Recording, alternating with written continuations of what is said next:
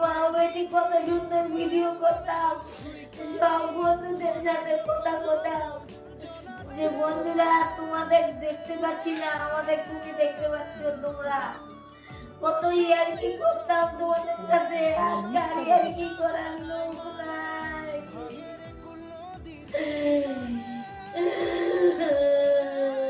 তো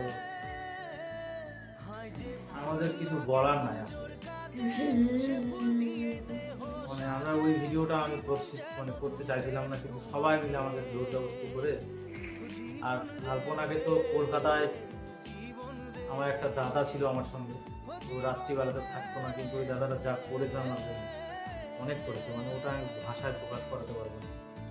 আর কলকাতার মতো বাজারে একা একা যে কি করেছি না, মানে সেটা আর বোঝাতে পারবো না।